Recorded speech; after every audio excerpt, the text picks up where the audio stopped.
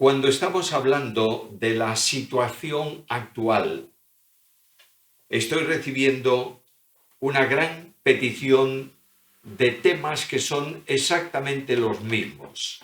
¿Qué vamos a hacer? ¿Cómo mantenernos en esta situación actual de problemas, de confinamientos? ¿Qué vamos a hacer al salir de esa situación? ¿Cómo recuperaremos las cosas?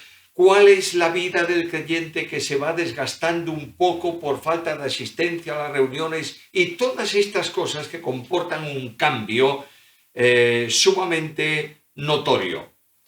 Es más, si alguien me preguntase mi opinión personal, yo os diría que las cosas han cambiado definitivamente, que ya nunca más vamos a volver a ser exactamente lo mismo que éramos, que todo este sistema online se ha adueñado de nosotros, que a consecuencia de este cautiverio, permitidme las palabras, en las casas, hemos perdido tanto, o algunos han perdido un tanto, el interés de relacionarse con los hermanos, que hay un miedo a contagiarse y mil cosas así que han hecho un cambio notorio en la marcha de la Iglesia. Es posible, muy probable, que cuando tengamos la vacuna y los medicamentos correspondientes para poder hacer una vida normal, habrá algunas personas que digan: yo estoy muy cómodo viendo el culto desde mi casa y participando de él.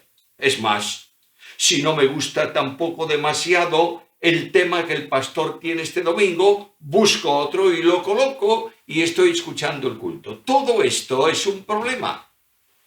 Pero esta es una manifestación de un problema general.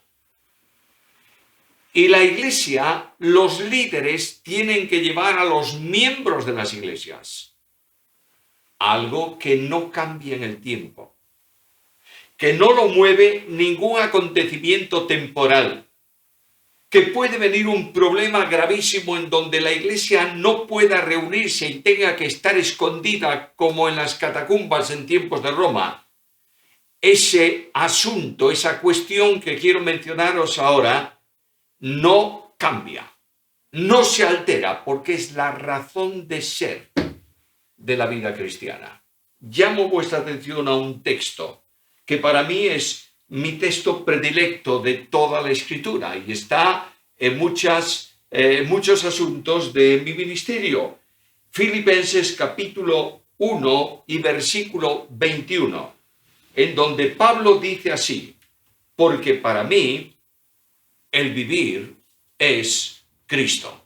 Notad que Pablo no está hablando de una vida nueva o de la regeneración que recibimos en Cristo. Está hablando de que toda la vida suya como cristiano se centra en Cristo. Y que toda acción que mueve la vida de Pablo es Cristo. Y que el camino por donde marcha Pablo es Cristo. Y que la esperanza de gloria es Cristo. Y cuando una persona, un creyente, tiene esto claramente establecido en su mente, puede venir una pandemia o puede venir una situación difícil o la más fácil y sonriente del mundo, que no altera su forma de vida, porque la vida cristiana está contenida aquí. Para mí, el vivir es Cristo. Yo leo esa frase y tan corta contiene tres grandes elementos que necesariamente tenemos que considerar. En primer lugar, tenemos que considerar que Cristo es la razón de la vida. Es decir, nosotros venimos a una vida espiritual en relación con Dios y a una seguridad de salvación y a una vida eterna que podemos disfrutar en base a causa de Cristo mismo. Cristo es el comunicador de la vida. Voy al Evangelio según Juan, capítulo 1 y versículo 4, y leo estas palabras: en él estaba la vida. Luego, la vida biológica y por supuesto también la vida espiritual está en Dios.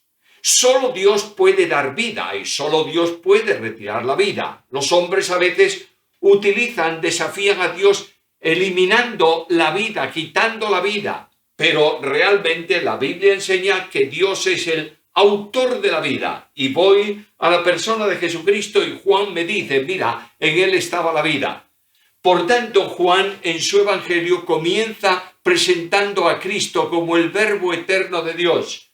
Y comienza diciendo, en el principio era el Verbo era con Dios y el Verbo era Dios. Y este Dios tiene vida en sí mismo, en él estaba la vida. Ahora bien, la vida biológica para los hombres se lleva a cabo, se establece por el mediador entre Dios y los hombres, que es Jesucristo, hombre. Notad esto. El apóstol Pablo habla precisamente de el mediador y dice el mediador entre Dios y los hombres es un hombre, es decir, Jesucristo, que es hombre. Y Juan en el capítulo 1 de su Evangelio, versículo 14, hace o afirma esta gran verdad cuando dice, y el Verbo fue hecho carne, se hizo hombre y habitó entre nosotros. Notad que quien se hace hombre no es un procedimiento o por un procedimiento cualquiera, sino que quien se hace hombre es Dios mismo. La segunda persona de la deidad se encarna en el seno de María. Y este que es el Hijo eterno de Dios viene a una existencia humana. Y este hombre Jesús de Nazaret, que lo veis moviéndose por Galilea y por Judea, por todo el territorio de Israel, este Hijo de Dios es también Hijo del hombre. Es decir, una persona divina con dos naturalezas. Y puesto que es Dios, y en Dios está la vida, la razón de la vida y la causa de la vida, Jesucristo es el mediador. Ahora, este mediador entre Dios y los hombres comenzó su mediación en cuanto a vida en la creación. Y me voy a la carta a los Corintios y recordáis aquel texto que supongo que muchísimos saben de memoria porque tal vez se ha distorsionado un tanto en la interpretación, en donde dice Pablo, quiero que sepáis que Cristo es cabeza de todo varón y el varón cabeza de la mujer y Dios cabeza de Cristo.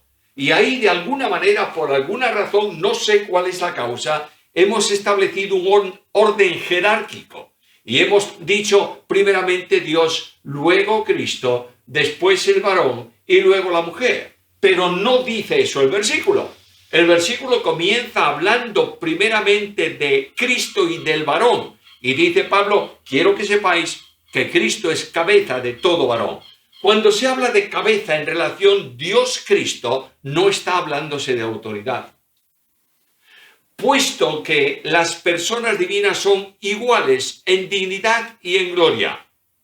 Jesucristo el Señor en su condición divina no obedece a ninguna otra persona ni ninguna otra persona divina manda sobre él.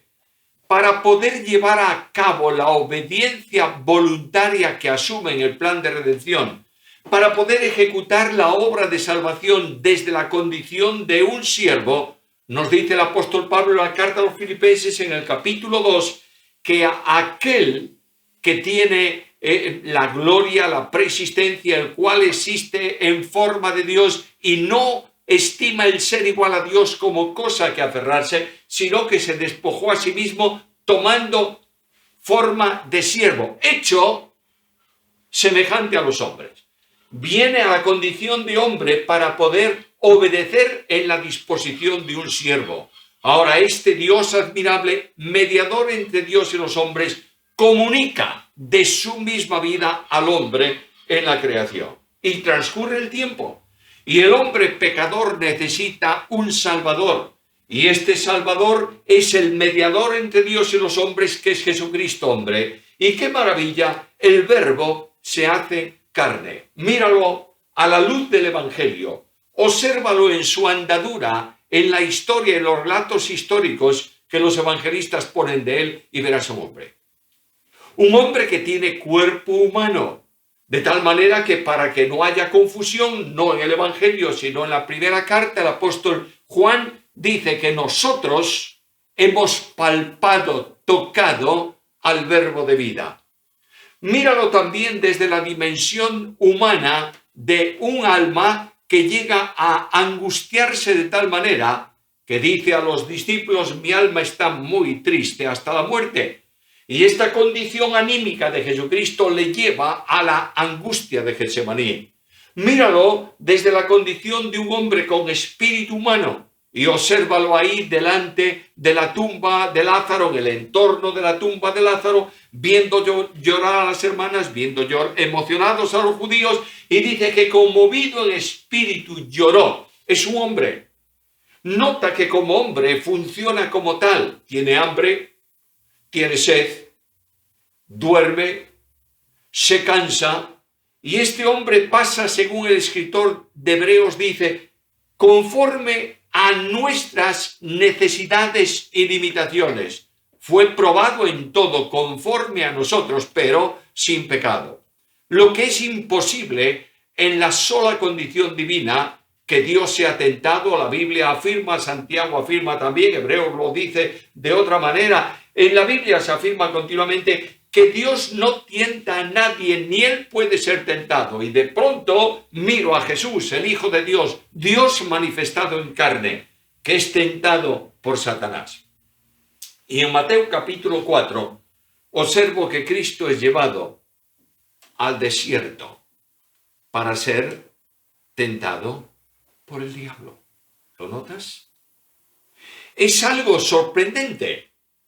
Las tentaciones mías como hombre han sido experiencia del Hijo de Dios encarnado. Pero no por eso Jesucristo el Señor deja de ser Dios. Es Dios hombre.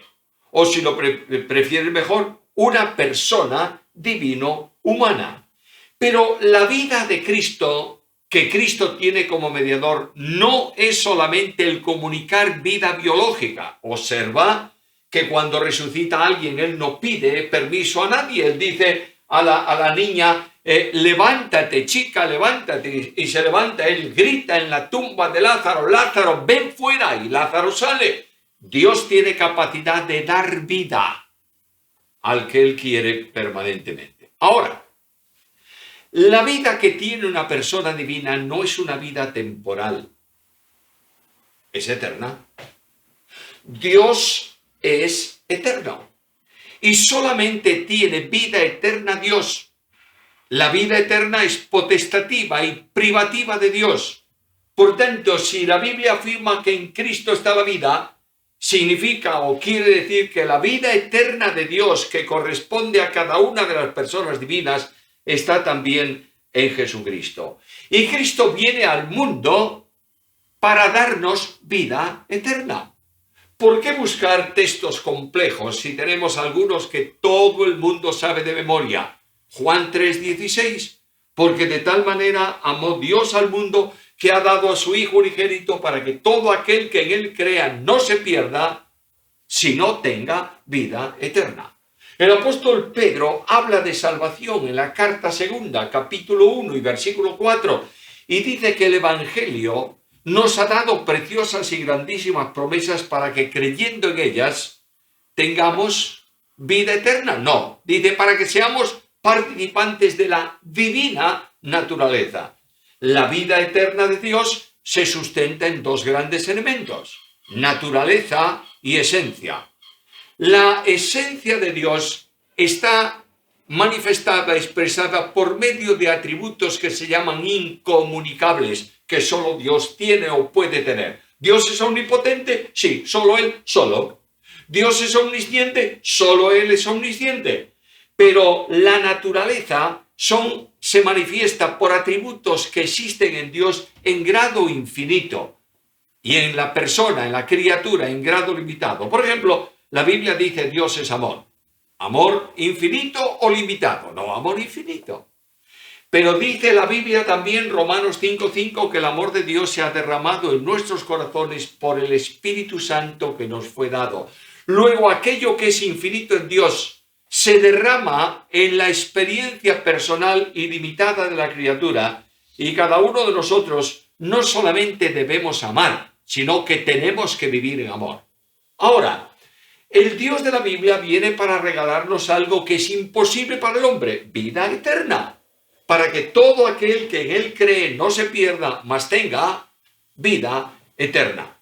Esta vida eterna que solamente tiene Dios y está presente en Cristo como persona divina, encarnada o humanada, esta vida eterna viene a ser mi experiencia de vida cuando yo, por medio de la fe, creo en Jesús.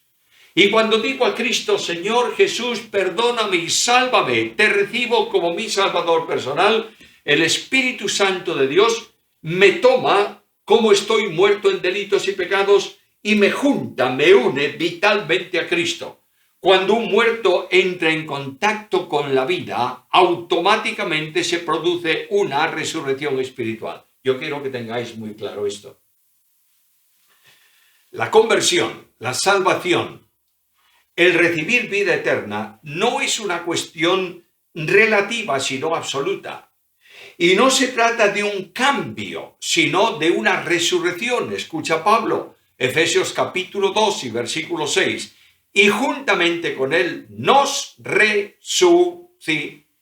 Voy a usar ese adverbio juntamente y lo voy a descomponer como podemos hacer con todos los adverbios. Juntamente es el compuesto de junto a o igualmente junto. Lo que quiere decir que al juntarme con, esta es la expresión desarrollada de ese adverbio. Y naturalmente lo que está diciéndome el texto es algo muy simple. Cuando el Espíritu me juntó a Cristo, la vida de Cristo me fue comunicada. Y yo que estaba muerto en delitos y pecados recibo vida. ¿Qué vida? La vida eterna. Y vengo a experimentar esa vida como algo normal y natural en cada una de mi existencia. Yo soy la resurrección y la vida, dijo Cristo, y al estar en contacto con Él, yo recibo vida. Ahora nota algo muy importante. Esta vida que yo recibo no la fui a buscar yo. Es Dios que vino a ofrecérmela a mí. De otra manera, cuando voy a la Biblia me doy cuenta a lo largo y ancho de la Escritura una verdad que es incuestionable. Y en esa verdad escucho estas palabras. El hombre no busca a Dios. Puedo ir a través de toda la Biblia buscando textos para dártelos, pero permíteme solamente uno de Romanos capítulo 3 y versículo 10, para no acudir al Antiguo Testamento. Y en ese versículo de Romanos leo, no hay justo ni uno, no hay quien entienda, no hay quien busque a Dios. Y porque el hombre no busca a Dios por deseo personal, es Dios que viene a buscar al hombre. Lucas 19:10, el Hijo del Hombre vino para buscar y salvar lo que se había perdido. Yo sé que probablemente alguno hoy me diga, yo he buscado a Dios hasta que lo encontré. Bueno, sin duda ninguna, es una verdad. Sentiste un deseo de buscar a Dios y ahí estuviste involucrado en la búsqueda hasta que por fin, escúchame por favor, si tú como hombre sentiste, o como mujer, como persona, sentiste el deseo de buscar a Dios, es porque Dios te estaba buscando a ti. De ahí que la Biblia diga algo muy claro. La salvación es de Jehová.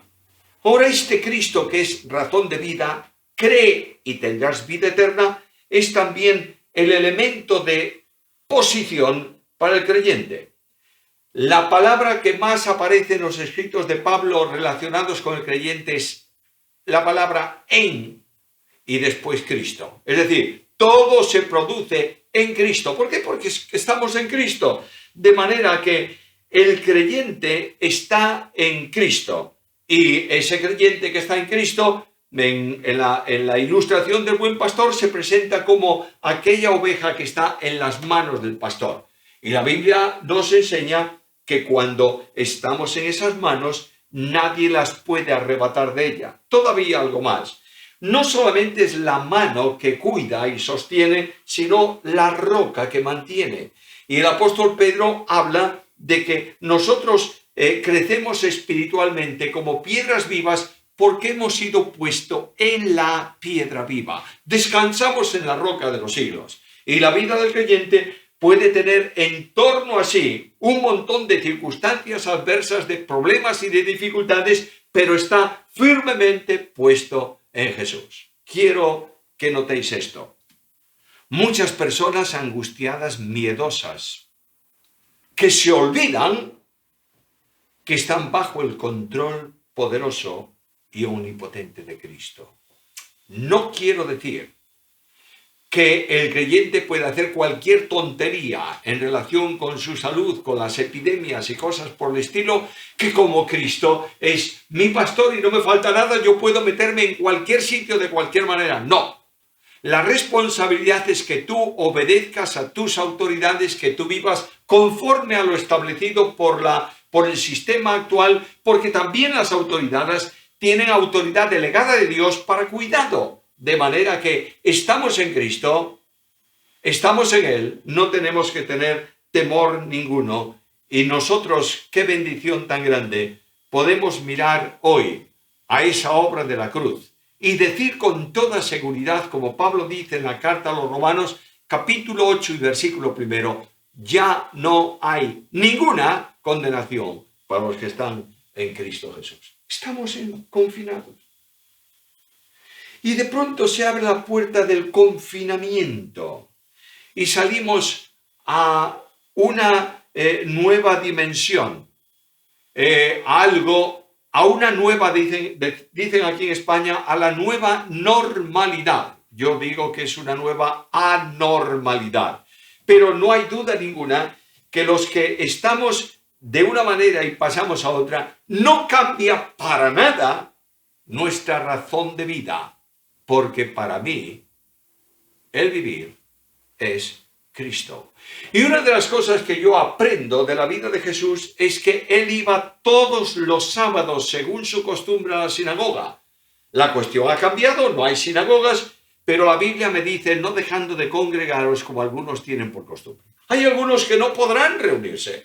Hay algunos que sentirán cierto miedo a la reunión. Son muy libres para hacerlo. Pero indudablemente la unidad de los creyentes en Cristo lleva a los creyentes a una experiencia de relación, de amor fraterno y de comunión entrañable los unos con los otros.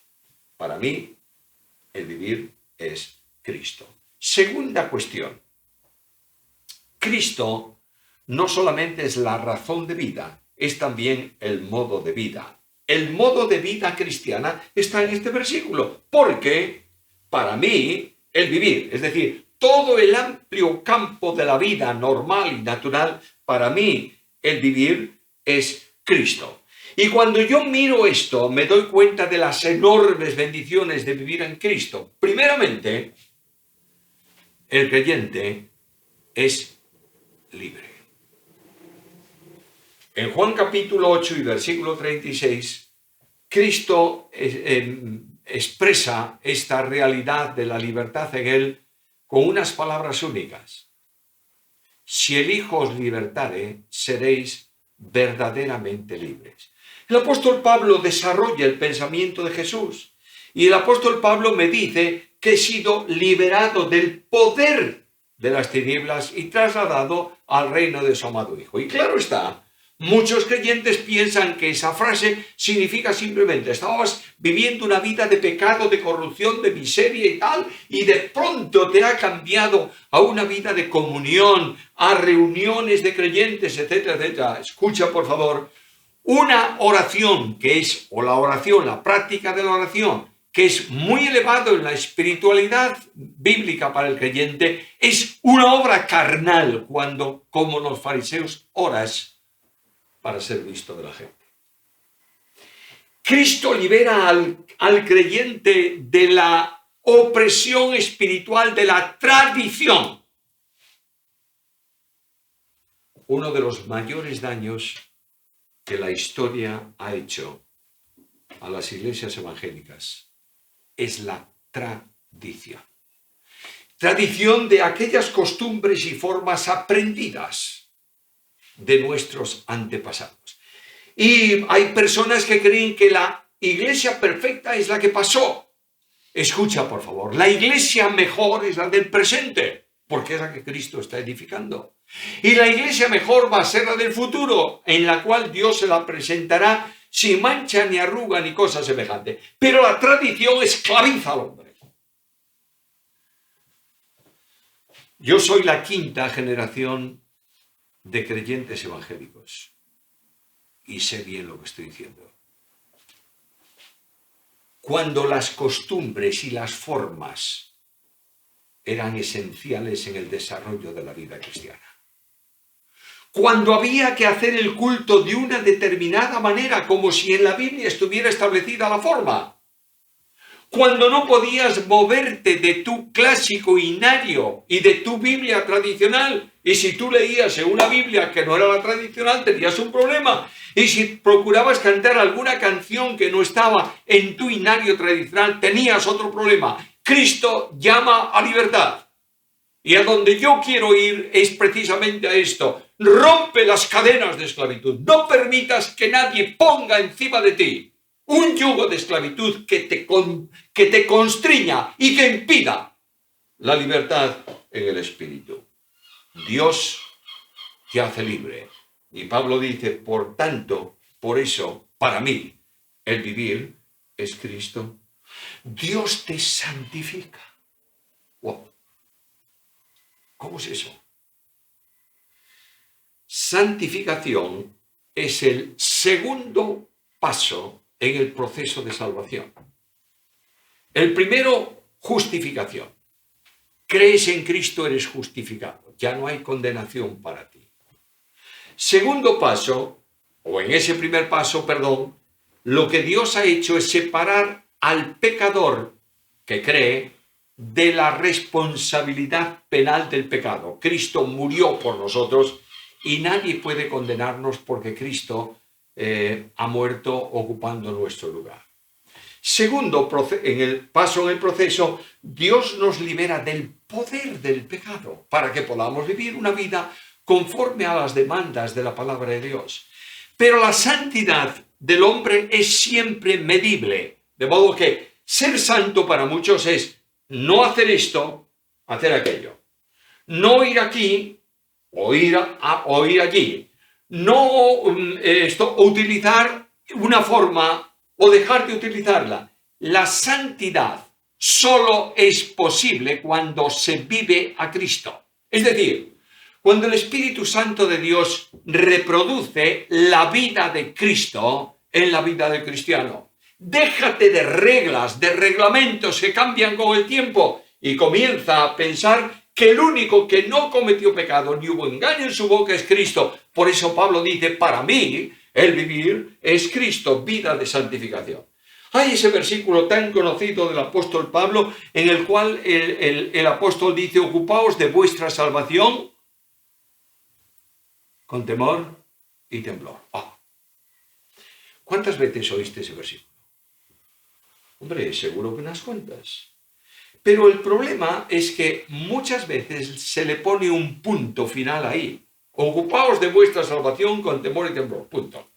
Y ahora, ¿cómo puedo ocuparme yo de la salvación con temor y temblor? Bueno, haciendo esto y esto y esto y esto y esto, y no haciendo esto y esto y esto. Es la gran santidad del no, que carga a las personas, aburre a los niños y aleja a los adolescentes. La vida cristiana de santidad es vivir a Cristo.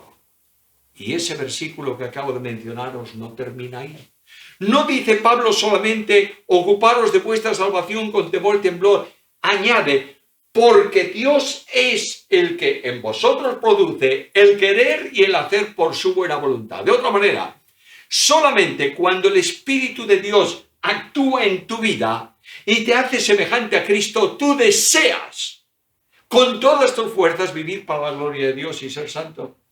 Y esas fuerzas para santidad que te faltan a ti y a mí porque somos hombres, son los recursos que la gracia de Dios da para que Dios, que opera el querer, desarrolle también el hacer por su buena voluntad. La santificación solo es posible por identificación con Cristo.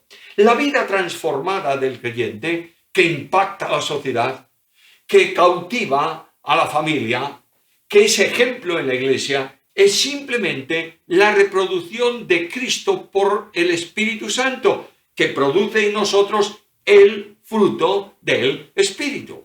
El fruto del Espíritu, Gálatas capítulo 5, versículos 22 y 23, es la biografía más breve que hay en todo el Nuevo Testamento acerca de Cristo. Cristo fue así, léelos. El fruto del Espíritu es amor, gozo, paz, etcétera, etcétera, etcétera, etcétera.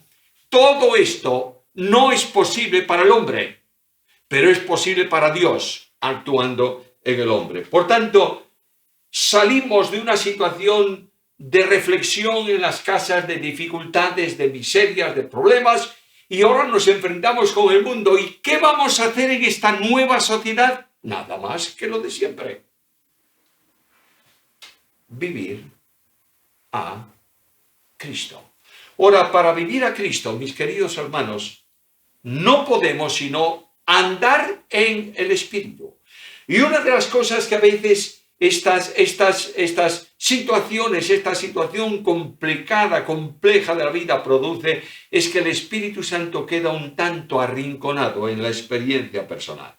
Nosotros necesitamos el poder del Espíritu para llevar a cabo la misión que la Iglesia tiene encomendada. No te olvides que el empeño de la Iglesia de predicar el Evangelio tiene necesariamente que estar en la asistencia del Espíritu para poder ejecutarlo. Cristo lo dijo a los discípulos: no os mováis de Jerusalén, esperad en Jerusalén, hasta que seáis investidos de poder de lo alto, y entonces me seréis testigos. Predicar el Evangelio no es hablar de Cristo, es manifestar a Cristo con la vida del que lo predica.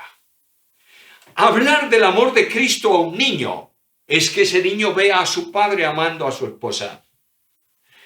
Hablar del amor de Cristo a un joven es que vea a los pastores de la iglesia buscándolo en sus necesidades y alentándolo en sus caídas, restaurándolo también en sus caídas. No es extender el dedo y aplicarlo a aquel que ha tenido un desliz, es buscar la oveja extraviada y ponerla sobre los hombros y traerla al redil. Notad cómo cambia la vida. La vida necesariamente cambia cuando se lleva a cabo esta realidad espiritual del versículo, porque para mí el vivir es Cristo. Cristo también produce una vida de adoración. El propósito de Dios es, según Juan 4, 23, 24, el Padre busca tales adoradores que le adoren. Y la adoración ha de ser hecha en espíritu y en verdad. Notad ahí las tres personas divinas actuando en la adoración del creyente. El Padre busca adoradores que adoren. Segundo, los adoradores adoran vinculados a la vida. Y la vida es Cristo, verdad y vida en el Espíritu. Por tanto, lo que está diciéndome es que la adoración que Dios acepta es la adoración espiritual que se produce por vinculación con Cristo. De otra manera, es la adoración de la vida de aquel que puede decir: para mí, el vivir es Cristo. Los creyentes somos sacerdotes, todos sabéis muy bien, sacerdotes espirituales. No hay sacerdotes hombres y sacerdotes mujeres, hay sacerdotes. Todo aquel que ha sido salvo por gracia mediante la fe es sacerdote espiritual. Y la misión del sacerdote, entre otras cosas, es ofrecer sacrificios de adoración y sacrificios de alabanza. Somos sacerdotes porque estamos vinculados con el sumo sacerdote del nuevo pacto, según el orden de Melquisedec. La vida del creyente que vive a Cristo en cada uno de los días, en esta recuperación o en las dificultades, en las lágrimas o en la alegría, es siempre o debe ser siempre una vida de paz. Cristo hizo el regalo de su paz personal. ¿Recordáis Juan capítulo 14, versículo 27, en donde leemos estas palabras: la paz os dejo, mi paz os doy? Cristo dice, mira, la paz de relación con Dios la hago en la cruz, que de hecho la paz. Él es nuestra paz. Pero la paz que yo como hombre siento hoy en medio del conflicto tremendo que se iba a desarrollar inmediatamente después de esa última cena, la estaba sintiendo profundamente como hombre en su interior mientras los discípulos estaban inquietos. Y Cristo tiene que decirles, no se turbe vuestro corazón, creéis en Dios, creed también en mí. Y luego dice, voy a haceros un regalo, voy a regalaros mi paz. Y claro, el problema que yo tengo cuando leo el versículo es este. ¿Cómo puedo yo disfrutar la paz de otro? ¿Cómo puedo yo vivir la paz de otro? Y la Biblia me dice, puedes vivir la paz de Cristo, porque estás en Cristo.